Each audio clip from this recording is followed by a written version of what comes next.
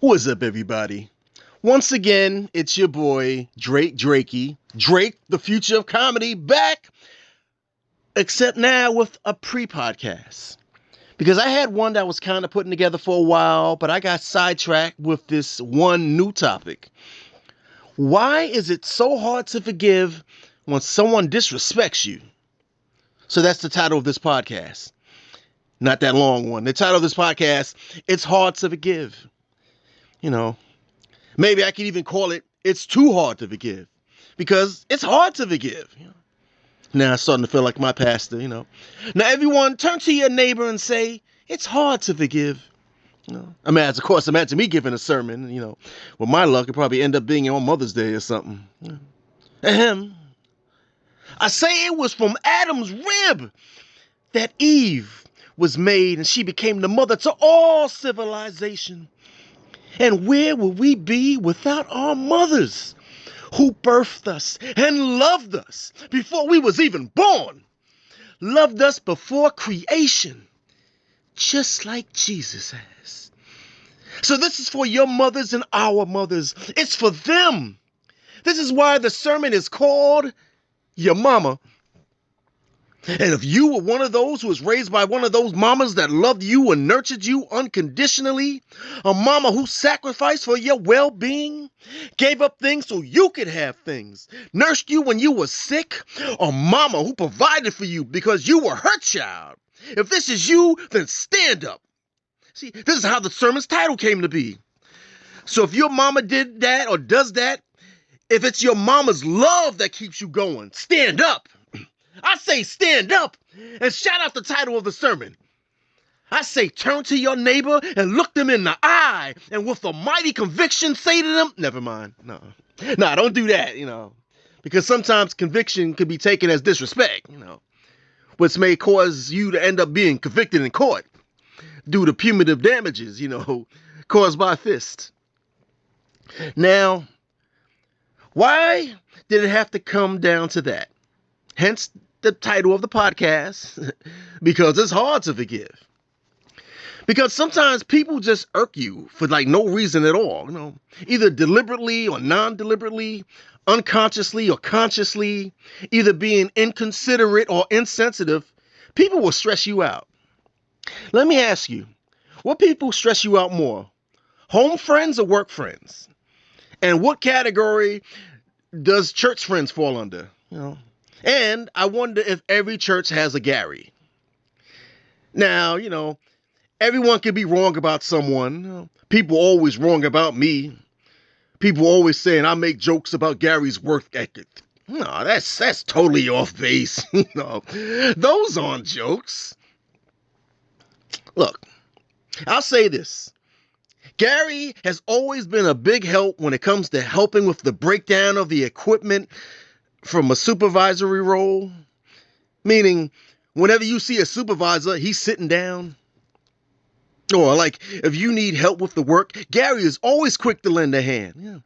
Lend a hand, not give a hand, meaning he will find someone else to do it. He's an expert at that, He also works with Kyle Peacock, so maybe that southern hospitality has rubbed off on him. They say birds of a feather flock together. So I guess Gary must be a giant peacock, like a pterodactyl that mumbles random music gear jargon that only producers would understand. Yeah. What's good? You good? Yeah, I need the 490XX turbo chamber with the 55 wireless wire and the 959 sub amp with the amp below it, and oh man, I gotta call Drew. It seems that see if he got the XLRs that fit the XYZs for the PDQs, and that's crazy. That's hilarious. He's hilarious. I mean, if you ever watch him speak and how he talks, he talks with his arms and his hands feeling forward and pointing to the left and to the right and to his face. He's constantly alternating the patterns as he talks. It's such a sight to behold. It's like when you see it, it's like experience pantomime through a nasal speaker. Soulcry Tai Chi, if you will. And at the end of the service, I take church responsibility serious as a Levite. So Gary can tend to get on your nerves, Especially if you're trying to take down equipment and he's having conversations about future projects. You're like, why not finish this takedown project here first? But I project that won't happen. I saw Gary lift that small speaker once at the Tuesday night session, and I got nervous because he didn't stretch first. I thought he could have injured himself. Jumping up and picking up things for the first time all willy-nilly would be a shock to his nervous system. Ended up using muscles he never had to use before, like his arms and legs. But he is a model of consistency because Gary is there during the beginning of the setup and Gary is there for the teardown afterwards. Not helping, but he's there. I told y'all he's consistent. I asked Jason Fuller, who was by the mixing board once, if he could help me carry the mixing board to the van at 111. He laughed and said no. He was right there. The van was like 50 feet away. And he's not always there. I asked Kyle Peacock if he could carry something once, and he said he doesn't do that. And, he's not always there on Tuesday nights. But the one thing that you could count on, the one thing that you could set your watch to, the one thing that's always constant, Gary is always there not helping. And he's so good at it too. He makes it look so effortless. It's like people believe he has like an aura about him. Gary's viewed as some kind of superhero. What is he, Nick Fury without the eye patch? Now, here's the hard part.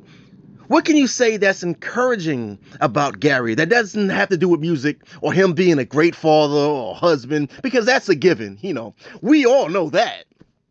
But what else? What else can you say? That's when it starts getting hard, Man, because all I can think of is Gary never has dandruff. Like, with making amazing music, you could talk about Gary all day. When it comes to music, man, Gary stands out like a man amongst boys. And actually, if you see him out in public, that's exactly what it looks like. Because Gary is like 6'11". He's always the first to know when it's raining. You know that saying, from your lips to God's ears? Gary's so tall, he could possibly do it. So, we're leaving the church service. This is at LPAC, and Kyle's driving, and you can ask Kyle if this happened. So I'm the passenger in the passenger seat, and Gary's sitting on that middle hump. So his head is at our elbow level, but his legs are so long that his knees kept resetting the rearview mirror, forcing Kyle to readjust the rearview mirror with his right hand to fix it. I thought he was doing that on purpose just to mess with Kyle, because he's a giant. And he even appears bigger on stage. On stage, he looks like he's 6'15". Huge legs, huge hands, playing the piano because he can't grab rebounds. And he's a Golden State Warrior fan, so he's going to say, well, Steph Curry doesn't have grab rebounds. You ain't Steph Curry. Bruh, you ain't even Seth Curry. And you're not even related to Del Curry. Man, you're not even Curry Goat. But luckily, the Lord has a plan for us, because the basketball coach's plan was for you to ride the bench. And Gary is unique, or Gary has a rather unique way of talking. Like when most people talk and ask questions, it starts with the 5 W's, like what, where, why, when, and who. Or words like does, is, are, or can to assert that this will be a question. Gary doesn't use those words, He just says the topic, but he doesn't put any inflection at the end. It's like he can't pronounce question marks. So you never know if it's a question or a confirmation. He'll say, you good? And that's the question, I didn't know because there's no question mark. He was like, you good? Like, I am? You all right? Really? Well, thank you. And not be able to pronounce question marks could be detrimental. This is why Gary always has to do the driving. Like if you were lost somewhere you've never been before, not knowing the lay of the land, if you ask Gary like questions, it's detrimental that you pronounce the question marks. Like if you're on some unknown road and ask like Gary like questions, you'd be like, the light's green? Not Gary. Gary just say, the light's green. Pressing that gas pedal could change your life. It's confusing, yo. It's so confusing that Gary has even confused himself. I'm not sure if he wants me to tell the story, but here we are. So, Gary had walked by a mirror, and since he doesn't pronounce question marks, he doesn't know if it's a question or not, he looked in the mirror and said to his reflection, "You can sing." Even to him, it didn't sound like a question. And then, the next thing we know, there's a video of Gary singing "Be Praised" by Maverick City. All because he misled himself, Because he doesn't know how to pronounce the question marks. He didn't know he was saying a question. And hey, I'm going to support him, even though he doesn't support me.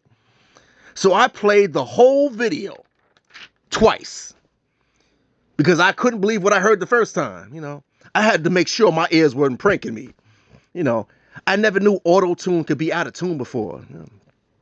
He even attempted to use AI, knowing full well the Bible states that Joshua completely destroyed AI. The pastor talked about it last month.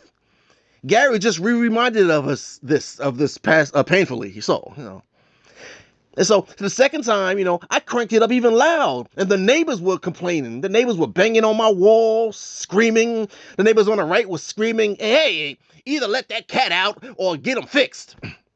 No one wants to hear a cat in heat with a musical backdrop. And then the neighbors on the left, they were yelling, and they was kind of more subdued. They were like, "Why is he playing the insurance company commercial so loud? What is he singing, Affleck?" But what's amazing about this is Rufus. Oh, man. I don't know if Gary wants people to know about this, but it's such an uplifting story involving Rufus and the NYU Langone Hospital. Oh, it's such an amazing moment in time involving Rufus. You see, Rufus Leonard. Rufus Leonard's family has been through a lot, y'all. Rufus Leonard's family was almost ready to give up. You see, Rufus Leonard has been in a coma for 37 years. And they tried everything. And it was at their wits' end at the last moment, going through Instagram. They came across Gary's page of him singing "Be Praised." And then less than 30 seconds, Rufus, his body started to stir and shake uncontrollably and violent. And his eyes started flickering and his eyes flew open wide. And he hadn't spoken 37 years and let out such a shout. It was like, "Ah!" And he hadn't moved in 37 years and immediately started flailing his arms wildly to cover his ears. But he's back, y'all. He's back. He's back because of Gary. And he's determined to never, ever slip into a coma again, because he's afraid to fall asleep. They say he's suffering from PTSD. PTSD, paranoid, that sound develops. But Gary has freedom. Thank you, Gary. Thank you. Whew. Who let the saints out? Rufus. And I come from the comedy world, and they say you only roast the ones you love, honor, and respect. That's what they say. But come on. Sometimes someone's just there, and it works out that way, So you decide, the choice is yours.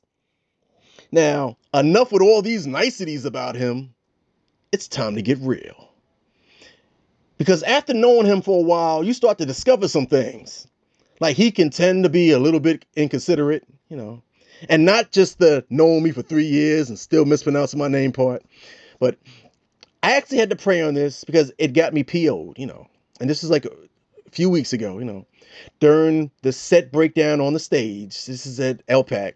He was walking around asking if people can go to the studio to unload the van, which ironically is a way that could be considered working when you're not even working. Meanwhile, we're all working to strive to be holy. He's finding work loopholes. But I'm thinking he's asking people to help me and him, to help both of us unload the van. But then he even asked me if I would help out. Like what? Don't I always? Like, did he think I wasn't going to help out? So he said, "Oh, I really appreciate you helping me." Like, which is weird, because I'm always helping you. So after I finished putting the stuff in the school storage room, I'm waiting for dude, and I call his cell phone to let him know, like, hey, I'm ready to do the truck unload. I get the voice, So I leave a message saying, like, yo, I'm here waiting, and everyone's leaving the school. You told me to wait for you. Where you at?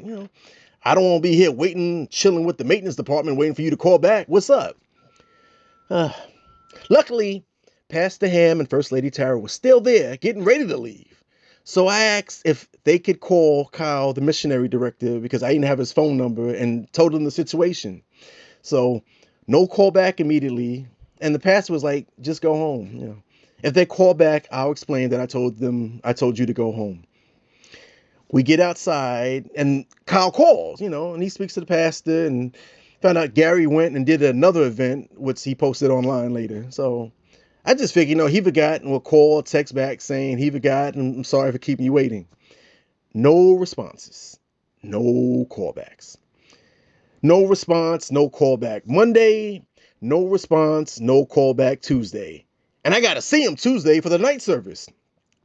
So it comes to Tuesday, now you just heated, Now in your mind, you're just like, I was just played for a sucker. That's what you think in your head, And your mind starts to contemplate, like, oh, you gonna go out like that? You better step to him, let him know what's up. But the other thought in your mind is like your Christian conscious. That was like, why are you even thinking that? And it was like, it's going on for 2 days. It's like spiritual warfare in your head, Hey, spiritual warfare could take many forms. And, they were battling, And I know I wasn't going to respond to it, because I'm praying and I was praying remove this wickedness, remove these thoughts from my head, But I knew I wasn't going to actually act and respond to it, because it's like my Christian thought process started winning and started humbling the other ego, because my Christian conscience is brutal. That conscience was like, you willing to step to Gary because you believe you could take him. You think he's all big and goofy, but he could have hands. He already got reach. He's like 6'19" and a half. But I bet you wouldn't step the Big Mike from Soulcry Security. Like, what?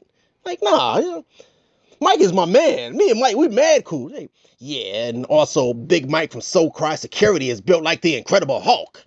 As a matter of fact, the Incredible Hulk and Big Mike from Soulcry Security be having arguments about who's the strongest there is. Well, that's because the Thing be instigating it to gaslight it. Which, by the way, the Fantastic Four is in theaters now. But my boy Mike is way too strong. And he denies it, He refuses to believe he works out too much. Man, even his muscles got muscles. And the veins in those muscles are so thick, they look like lanyard string keychains that kids used to make way back in the days, He even works out when he's not working out. How is that possible?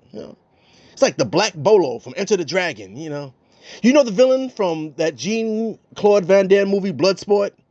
That's like Mike from Soulcry Security, He's pure muscle. 6% body fat. And that 6% is his glasses.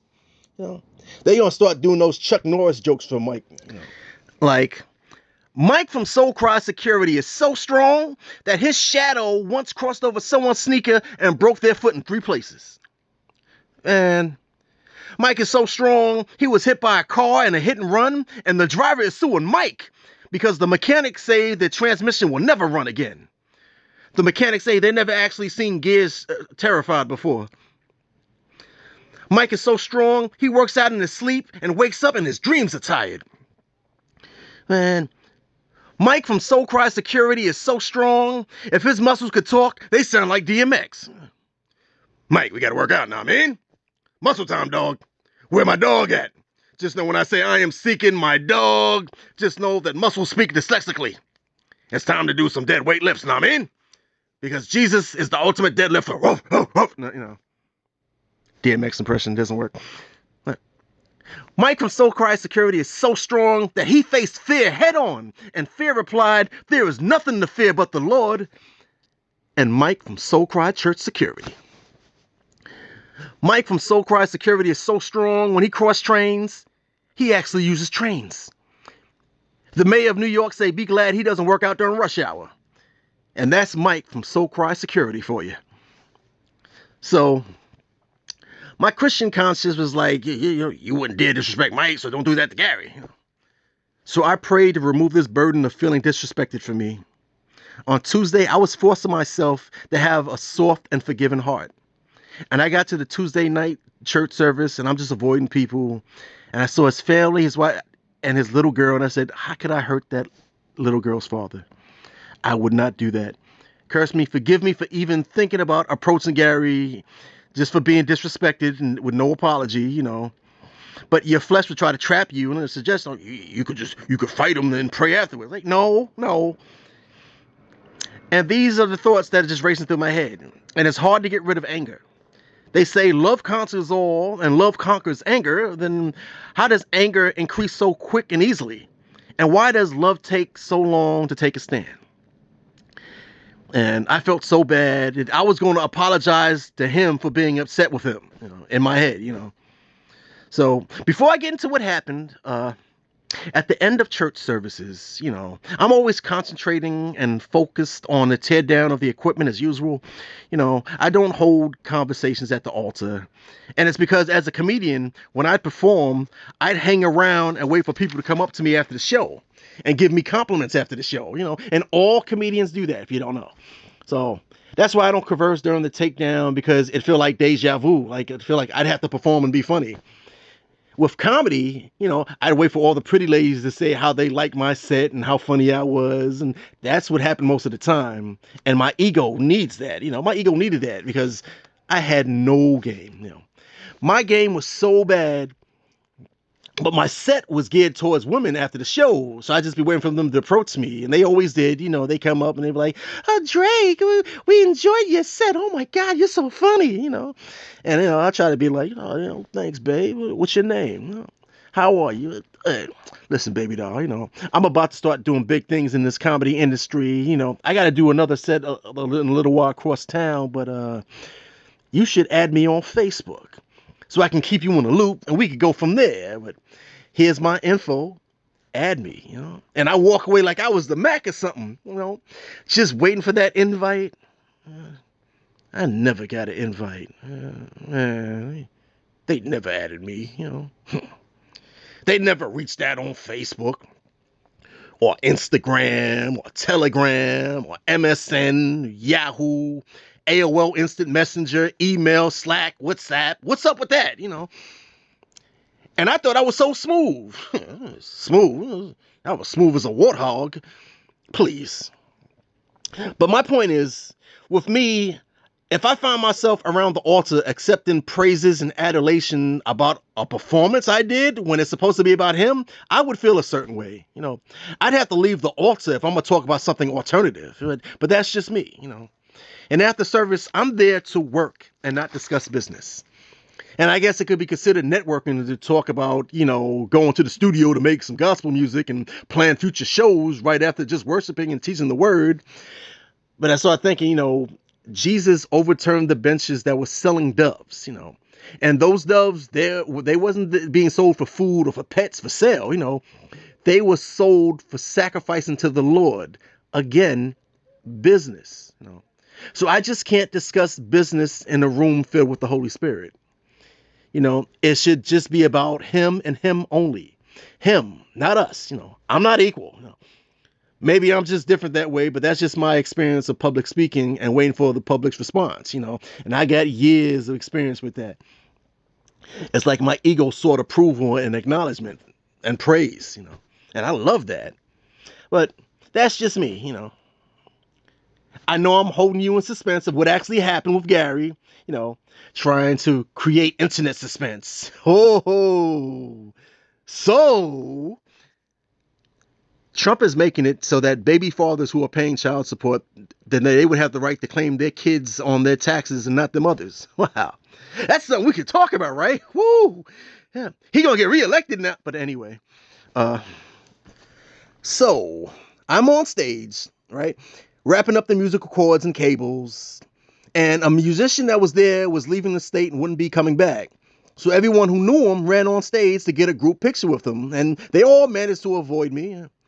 But Gary runs towards me and partially into me, giving me one of those hard shoulders from back in the days of high school bullies. You know, that type of situation that you're supposed to go outside after 3 o'clock and handle it after school. And I think he was kind of laughing as he left me. Like it was funny or something.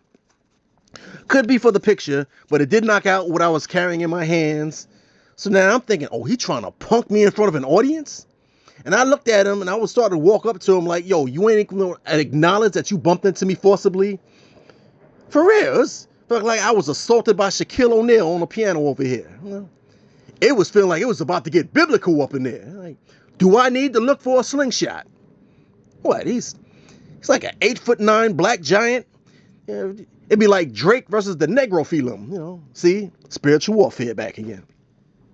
So I turned to approach him, but I saw the guy holding the camera. I wasn't sure if it was a video camera or a camera, but just knew it would be considered evidence in court against me. And if that guy has it on video, I might need it on court to show the blindsided assault. So I was just like, yeah, all right, whatever. Heated though. Heated. But I was like, yo, let me just help out and pack the van like I always do and be out and leave, you know. I'm about to leave, and he asks again if I could ride to the studio and unload the van. What? Because in your mind, you're going to ask that again? What you going to do this time? Drive off when I grab the door handle? So I get in the van, and we take off, and he asks me, are you mad at me? I'm like, is water wet? You know? I was like, last week you told me to wait for you after service to unload the van, and I stood there waiting until almost everyone left, and even called your phone and left a voicemail saying so. Like, what's up? And you never called back. You never let me know anything. I mean, if you forgot, I thought you would have just reached out and said, I'm sorry, but I forgot because something happened. It's been 2 days to this point. And he replied, you know, I know. My bad. My bad? Seriously? My bad? That's all? Yeah, you might like, my bad is not, I'm sorry. That's a bad attempt, you know. So I also let him know, like, yo, when you walked across the stage to take that group picture, you also bumped into me, and a shoulder bump at that. He said, yeah, I was tired. My bad. My bad, you know. I think my eye started twitching at that point, you know. That was starting to have a conniption fit, you know. Yeah, I wanted to swing on him right then and there when I heard that. What is this, my bad, you know? Because I know if I would have retaliated back on stage and just said, my bad, it certainly wouldn't have turned out good, you know? My bad would have turned out with me with my hands on my head, interlocking my fingers, and walking backwards to the sounds of the directions of the police officer's voice, you know? You know what I'm saying? You ever seen Cops, you know? So I'm like, yo, if he was on the train, right, and stepped on a big muscular guy's sneaker by accident on the train, like a big guy like Mike from Soulcry Security, but not Mike from Soulcry Security because he wouldn't ride the train, you know. He uses them to cross train, you know. He's not going to linger, you know. But when the big muscle guy stands up and says, yo, money, you just stepped on my sneaker, you know, you can't just say, my bad, without an, I'm sorry, you know. When I told Gary he bumped into me, and in my mind, it was that old school shoulder throw, and he said he was tired, I'm thinking, if Gary stepped on this muscle dude's shoe on a train, what's he going to say? You're like, my bad, you know, my foot's asleep, you know, and then walk to a seat and sit down like nothing ever happened. Oh, that's crazy. You know? Muscle Man would have to approach you, you know, because everyone on the train has seen it. And if he doesn't step to you, other people on the train be like, you know, I should step on his shoe too. Yeah, he ain't gonna do nothing. Oh, maybe you should take his jacket since you're there, you know. So now, out of principle and something called self-preservation, he would have to lay hands on you in that situation. And lay hands on you in a way that they don't do at church. But because my Christian conscience was winning, I didn't lay hands on him that way either. I just took the disrespect. So just know, my bad is not an apology. Look, if a parent unintentionally makes their child cry, like stepping on their foot or something, the parent is not going to be like, oh, don't cry, I didn't mean it. Wipe away those tears, boo-boo. My bad, sweetie. Woo-woo-woo. It's daddy's bad. My bad. If a defendant on trial learns his fate and listens to the sorrowful victim impact statements, and if he gets to respond to humble himself and to soften his sentence, he's not going to take the stand and say, to the family of the victim and my family that's here today, I wish I could take it all back, but I can't. And I wish that this never happened. And to the victim's family, I know you may hate me forever, but I just want you to know from the bottom of my heart, my bad. My bad, y'all. My bad, Your Honor. Don't cry, Mama. Someone grab Mama. I'm gonna be all right. It's my bad. I hope the you victims, the families, I hope that one day you find it in your hearts to accept this apology and just know from the depths of my heart that it's my bad. You be like, this guy can't even say I'm sorry. My bad is not remorse. My bad is just actually pleading no contest.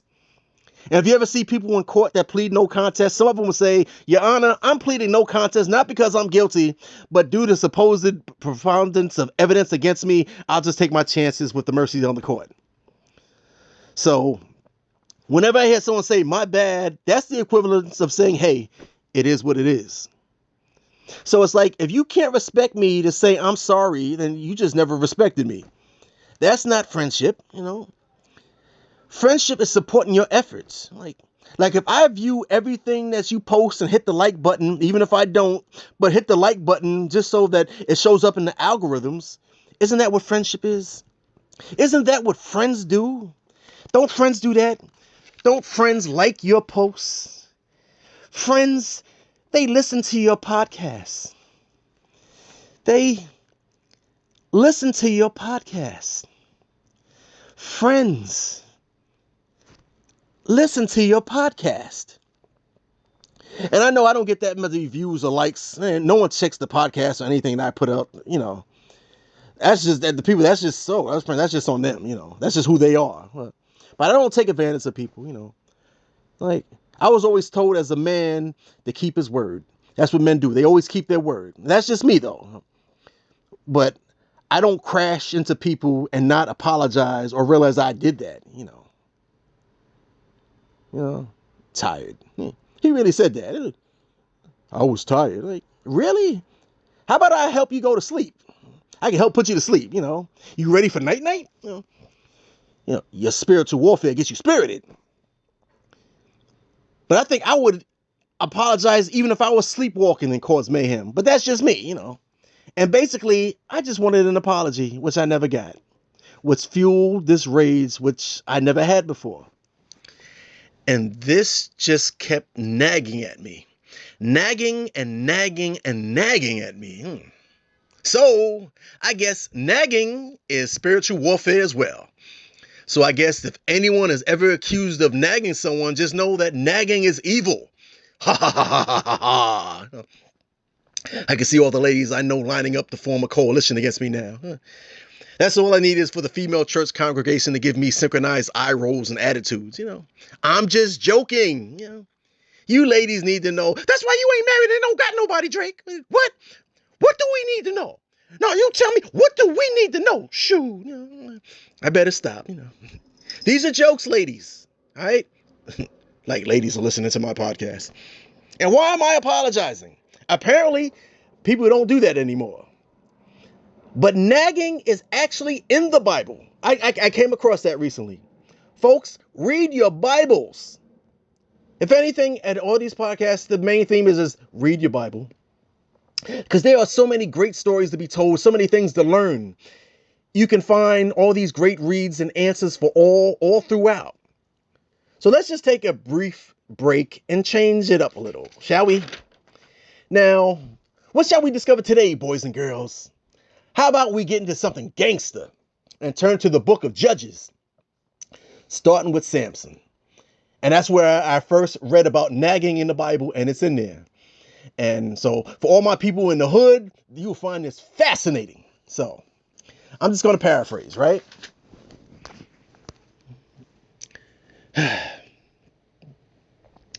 Starting with Judges 14. And, Samson apparently has a thing for Philistine women. They must be like the town baddies of the realm because he fell for them twice and gets duped twice, like back to back. He obviously has a type. The first one was from a town called Timnah. Now, the Lord had already set this in motion for something bigger yet to come. So Samson, saw this woman that he liked and brought his mother and father down to the town of Timnah to get this marriage underway. But before that, a young lion proceeds to attack Samson when he was alone. But the Spirit of the Lord came unto him, and he beat the lion down with his bare hands and destroyed him. So, anyway, Samson and his parents, they go and arrange for the marriage and whatnot. And the next time he comes back to that spot with the lion, is the lion's carcass is there and was filled with a swarm of bees and honey. And you see how expensive honey is today, right? So Samson decided, hey, he's going to take some free honey for himself and gave it to his family. And he started making up riddles, a riddle about to tell people, And that's how Samson kicked it, telling riddles, Now, nowhere in the Bible does it mention that he was socially awkward, Maybe the times were drastically different back then, Dating wasn't a possibility, Social media was word of mouth. Only going by today's standards is like, if you telling riddles to women to kick it, they're going to think you a joke. So let's stop thinking like, oh, Steve Urkel built like Mike from Soulcry Security or something, Just know times were different back then. So he tells this riddle, and to paraphrase it, he basically says, anyone who answers this within a week, you'll get 2 sets of 30 prizes. But if not, you will then each owe me 2 sets of 30 prizes. Spoiler, the riddle was about the carcass and the honey. So the men couldn't afford to pay that and threatened his fiancée that if they will burn her alive, her and her father alive, if she doesn't get the answer for them. And so she nags and whines and begs till he gives in because she was so sad and had him wrapped around her finger. I think years later, Tupac coined the phrase sucker for love, which might fit this moment, So he told her the answer, which she told her peoples. Then the Philistines said to them the answer, which made him heated. And he even called his wife out, soon to be wife out, Because he said in Judges 14:18, if you had not plowed with my wife, no, I'm sorry, let me read that right. He said in Judges 14:18, and it's in the Bible, if you had not plowed with my heifer, you would not found out my riddle. So he called his wife a heifer, probably because the B word didn't exist then, Curses wasn't around then, But plowed? Yeah. It is what it is. So check it out. So he's heated, and the Spirit of the Lord comes onto him. He goes to a place called Ascalon and slews 30 men and took their spoils and used them for the 30 prizes and for the person who won and left. He paid off the prizes, because Samson is not the one to be plowed with, And then he went to his father's house. He's upset. Meanwhile, at that time, Samson's wife was given to his companion, posing as his friend, And after a while, Samson realized he calmed down, realized he married now, wanted to go to be with his wife. But his father-in-law basically says, I thought you were mad and hated her, so I gave her to your homeboy, and she's his woman now. My bad. But I tell you what, I'll let you get with her younger, better sister. Which translated in today's standards, he basically told Samson, like, yo, these heifers belong to the streets. Or belong to the paths, or the dirt roads, or whatever they had back then, And I read this, I'm cracking up, But he got his revenge because of that. And they knew it was because his wife became his homeboy's woman. And when he went away, they came to the family and they did that family and they still burnt her and her father like they said they would. And then he avenged that. He's like Captain Save a Philly, Captain Saving Philly type. Like in the olden days, Philly was slang for a female horse, but go figure. I guess the plowing thing, maybe it all works together somehow.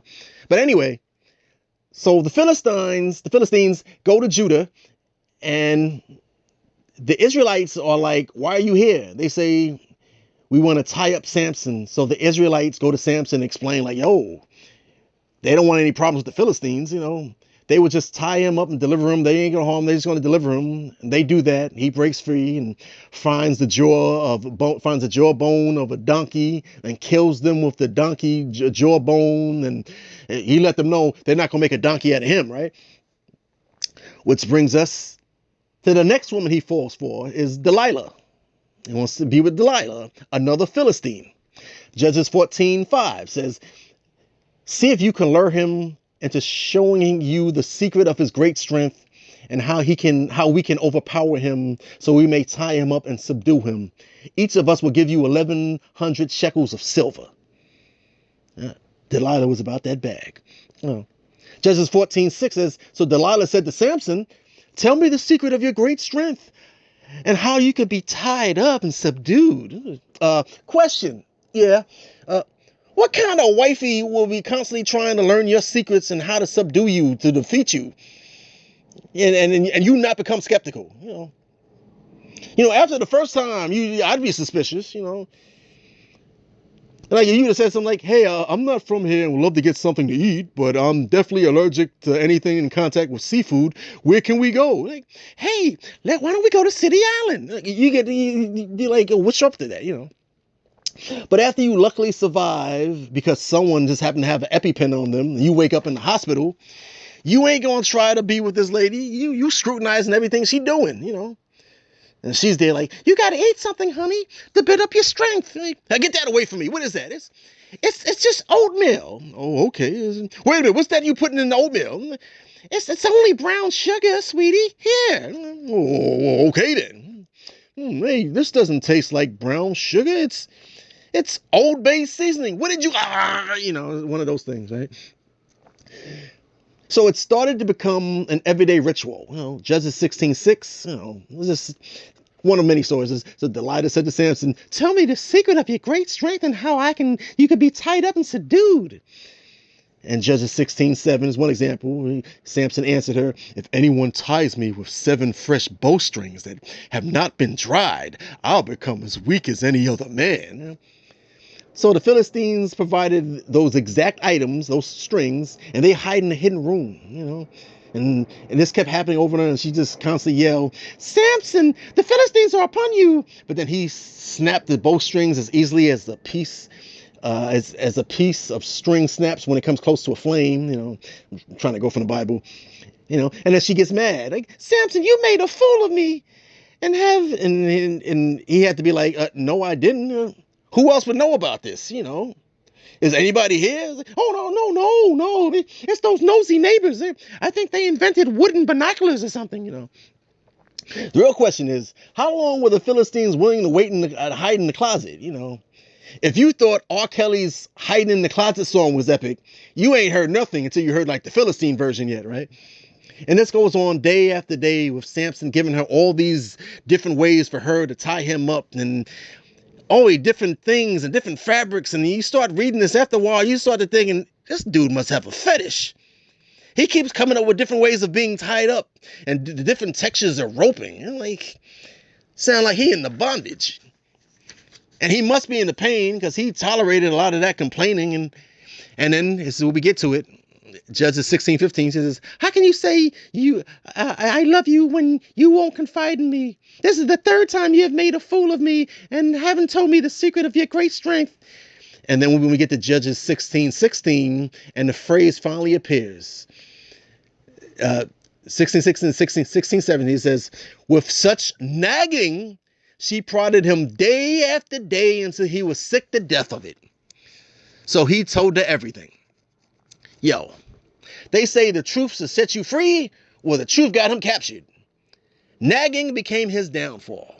So just know nagging can only bring you down. Especially in my situation with the nagging about feeling the disrespect and the shoulder shove, makes me wonder why this disrespect, albeit petty, is so unforgivable. Especially to me. Because we were cool once, Disrespect is a mother. Forget what I said in the beginning of the sermon, in the beginning of the podcast. Not that. Disrespect is brutal. People don't even say dissed anymore, yet it still exists. And ironically, that tends itself to pride, which I spoke about 2 podcasts ago. Well, since no one listens to my podcast, I guess I must have stopped too.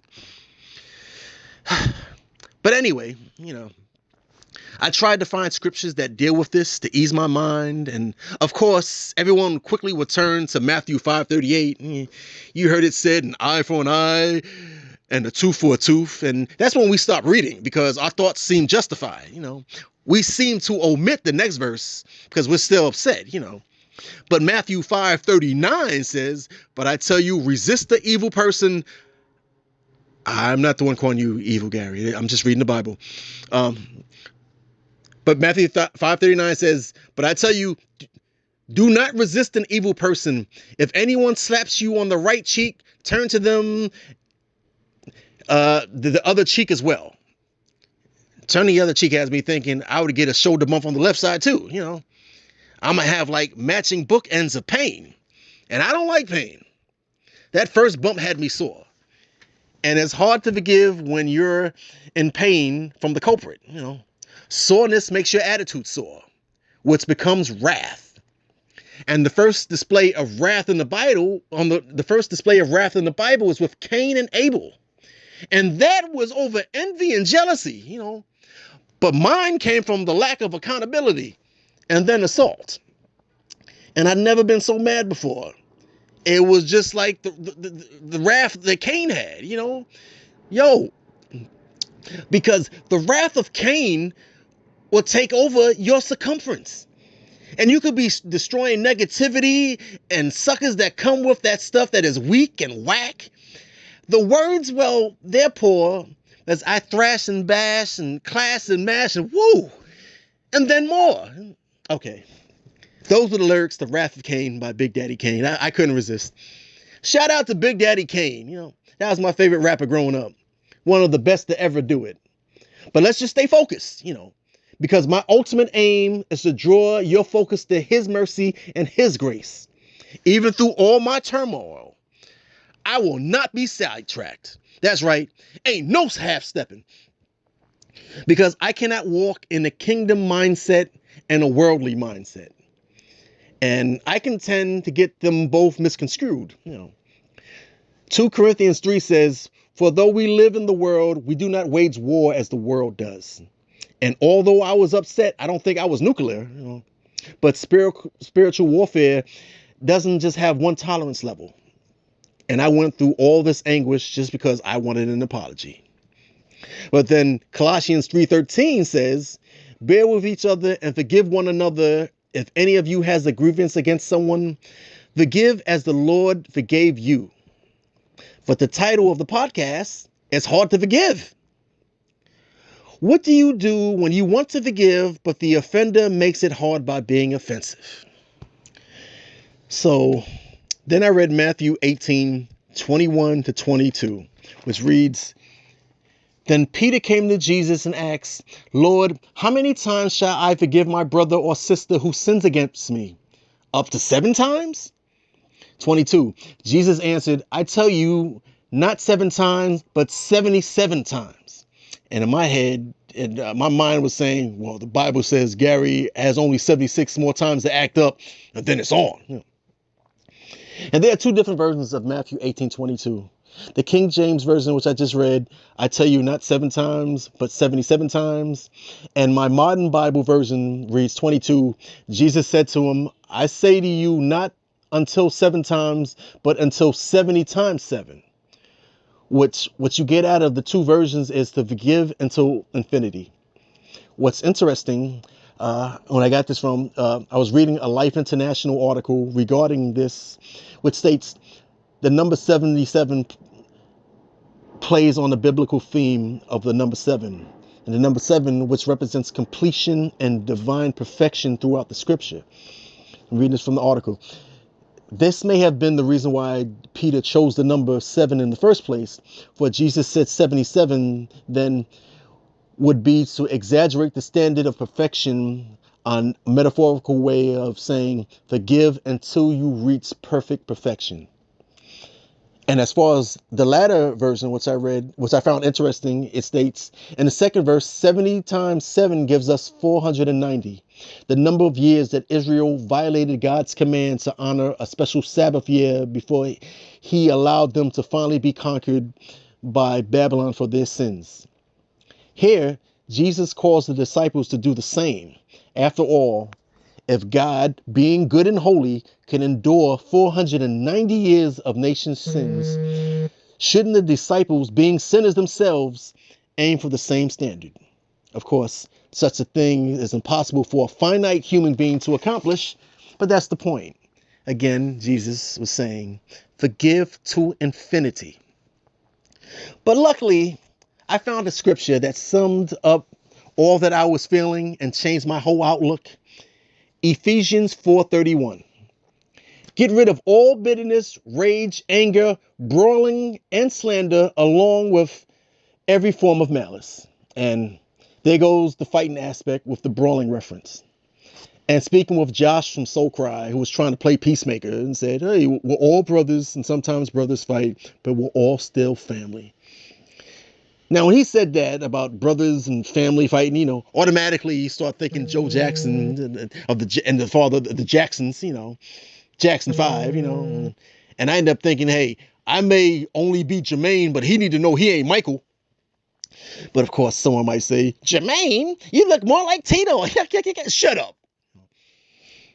But I read the next verse, Ephesians 4:32. Be kind and compassionate to one another, forgiving each other just as in Christ God forgave you. And to further drive the point home, 1 John 4:8. Whoever does not love does not know God, because God is love. And 1 John 4:20-21. Whoever claims to love God yet hates his brother or sister is a liar. For whoever does not love their brother or sister whom they have seen cannot love God whom they have not seen. 21. And he has given us this command: anyone who loves God must also love their brother and sister. So I'm saying, I forgive you, Gary, and this could have all been over with. He actually gave a real apology. I'm going to stop stressing that, but I'll do it. I will be the bigger man, which visually would seem impossible if you see me sitting next to Gary. But I'm going to say, I'm sorry. See? It's easy to say. You should try it. But seriously, I'm sorry for getting so consumed by this occurrence that it got me this upset. My bad. See? Doesn't actually work when I say it either. But seriously, may I move forward with humility and peace and no hostility? Now, I'd actually finished jotting down what I was going to say for this podcast, which was finished a while ago. I just hadn't recorded it yet. And I was going over the books in the Bible that the pastor Ham went over this last Sunday. And he mentioned James 3, but a different verse. But when I read James 3, I had to come across this verse that I just had to add to this. Maybe there was a reason for it. Maybe that's the reason why the podcast was delayed. But James 3:9-10 reads, with the tongue we praise our Lord and Father, and with it we curse human beings who have been made in God's likeness. And 10, out of the same mouth came praises and cursing. 10, out of the same mouth came praise and cursing. My brothers and sisters, this should not be. Now, unless I got the wrong meaning out of this, I shouldn't condemn over perceived disrespect. And then to add on to that, John 8:7, which is repeated often, let he who is without sin cast the first stone. Well, only if I had read these earlier, how can I claim to be caught in the snares of disrespect while also setting up snares? Either actual, physical, or verbal, a snare is a snare. And I pray that the Lord forgives all my trespasses. And Gary, I am sorry and I forgive your trespasses. And ironically, I only ask that you forgive me as well. And I'm just going to end it on that. This is long enough. I'm out.